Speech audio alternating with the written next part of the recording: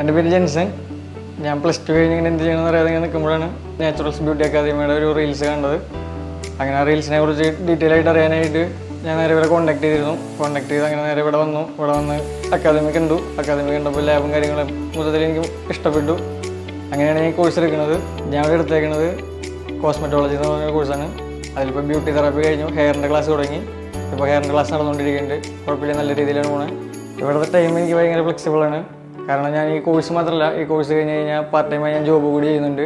അപ്പോൾ എനിക്ക് ആ പാർട്ട് ടൈം ജോബ് ചെയ്തിട്ട് അതിൽ നിന്നുള്ളൊരു വരുമാനത്തിൽ നിന്നാണ് ഞാൻ എൻ്റെ ഫീസും കാര്യങ്ങളൊക്കെ മുന്നോട്ട് കൊണ്ടുപോകുന്നത്.